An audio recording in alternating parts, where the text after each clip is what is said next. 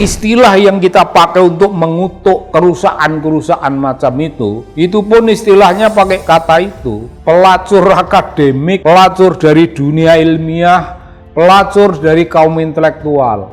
Nah, namanya pelacur juga itu, Bung. Tapi dalam hal ini, pelacuran di bidang akademik dengan pelacuran yang dipimpin oleh Germo, di mana letak jaraknya? Ungkapan ini bisa menjengkelkan Anda, ungkapan ini bisa membuat Anda kecewa, tapi itu barang yang saya sengaja. Saya sengaja menunjukkan itu karena saya punya idealisme dalam hidup dan memiliki sesuatu ekspektasi yang tinggi pada dunia akademik. Jangan merusakkan kehidupan dunia akademik itu sendiri. Survei-survei yang mengabdi kepentingan politik untuk orang-orang tertentu.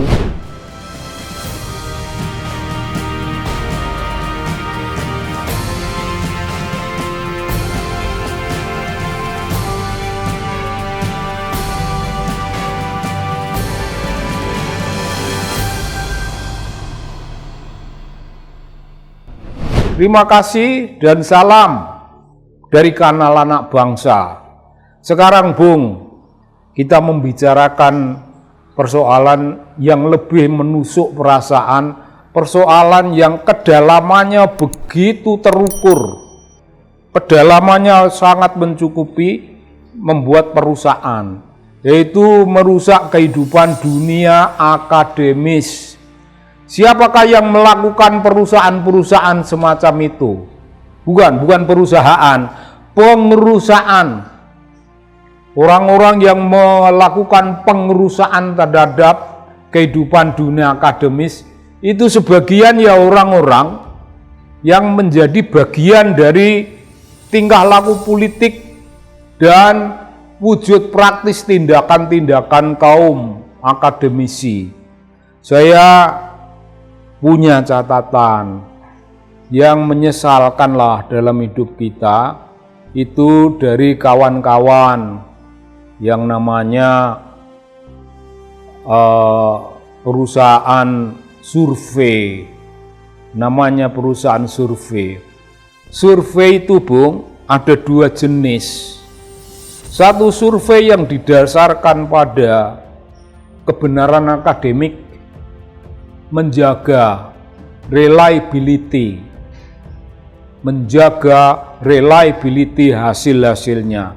Itu orang bisa percaya, orang bisa memberi kehormatan bahwa hasil itu benar. Itulah reliability dalam dunia penelitian. Nah, kalau itulah yang terjadi, ya kita senang, Bung. Kita senang bahwa di kalangan perusahaan-perusahaan survei itu kita berbicara tentang kebenaran. Seharusnya semacam itu, seluruhnya seharusnya semacam itu. Itu pertama, karena hal itu memang kredo kehidupan akademik, jadi panggilan internal mereka sendiri. Dua, karena begitu itulah yang diajarkan oleh ajaran-ajaran agama. Orang yang berorientasi pada ajaran, ya tidak mungkin, Bung, berbicara bertentangan dengan apa yang namanya kebenaran. Ya begitu, dua hal itu melandasi.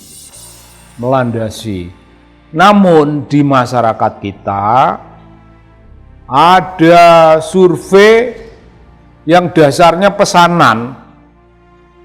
Pesanan boleh, kita boleh menerima pesanan riset, tetapi prosedur akademiknya mesti dipenuhi. Prosedur dan metode, prosedur akademik dan metode yang dipakai, yaitu mesti barang-barang yang bisa disepakati di dunia akademik.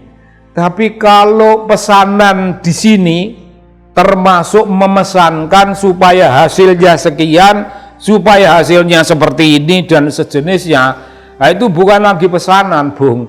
Itu dominasi. Dan kita tidak sudi didominasi oleh orang lain.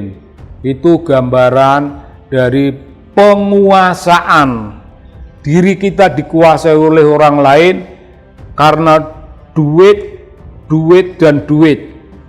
Di masyarakat kita, perusahaan-perusahaan riset yang mentereng, yang menjaga kualitas lembaga, yang menjaga dengan pagar-pagar spiritualitas bagi lembaganya. Itu membuat kita angkat tangan, Bung. Betul-betul rasa hormat lah itu. Tapi bagi perusahaan-perusahaan, mereka tidak menjalankan kerja mereka pada tataran pemikiran akademik yang mendasar. Tidak, mereka itu duit begitu orientasinya. Jadi Bung, kalau seorang pribadi melakukan sesuatu atau rela diperlakukan dengan perlakuan tertentu asal dibayar, itu membuat kita terpaksa berpikir apa bedanya dengan kaum yang namanya pelacur. Istilah yang kita pakai untuk mengutuk kerusakan macam itu pun istilahnya pakai kata itu. Pelacur akademik, pelacur dari dunia ilmiah, pelacur dari kaum intelektual. Nah, namanya pelacur juga itu, Bung. Tapi dalam hal ini, pelacuran di bidang akademik dengan pelacuran yang dipimpin oleh Germo, di mana letak jaraknya? Ungkapan ini bisa menjengkelkan Anda, ungkapan ini bisa membuat Anda kecewa, tapi itu barang yang saya sengaja. Saya sengaja menunjukkan itu karena saya punya idealisme dalam hidup dan memiliki sesuatu ekspektasi yang tinggi pada dunia akademik. Jangan merusakkan kehidupan dunia akademik itu sendiri. Survei-survei yang mengabdi kepentingan politik untuk orang-orang tertentu, survei-survei yang tempo hari untuk mengunggulkan Prabowo, kan memalukan, Bung. Prabowo punya lembaga survei sendiri, lembaga abal-abal yang selalu meningkatkan, menampakkan bahwa elektabilitas Prabowo itu di atas 50.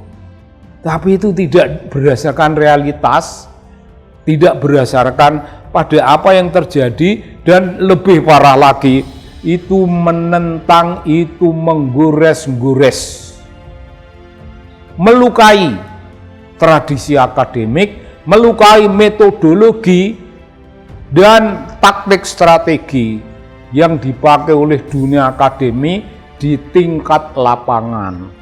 Ketika mereka berbicara tentang kenyataan lapangan, mereka itu akan menganggap kerja mereka hebat dan akan membawa popularitas jika buku itu sudah diterbitkan.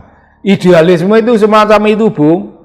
Tapi orang yang hidup dengan idealisme itu hanya bisa kaya dengan idiom Jawa, sugih tanpa bondo.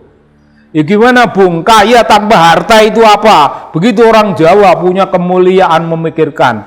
Tapi kaum akademisi yang rela merusak tatanan hidup dunia akademik, rela menjajakan mentalitasnya, rela menawarkan begitu murah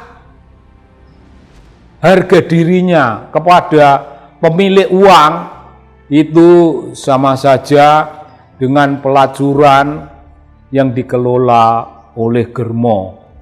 Bung, kenyataan itu pahit. Apa yang Anda lakukan itu merupakan suatu tingkat pengkhianatan pada dunia akademik, dan itu memalukan. Karena itu ya memang lama kita punya nama akademik prostitute, pelacuran dunia akademik. Itu terjadi di masyarakat kita, dan kita, Bung, yang memiliki gagasan-gagasan yang tidak semacam itu, isinya kita mengeluh kita kecewa. Kita kecewa. Begitu Bung, kita kecewa. Salam dari kanal anak bangsa.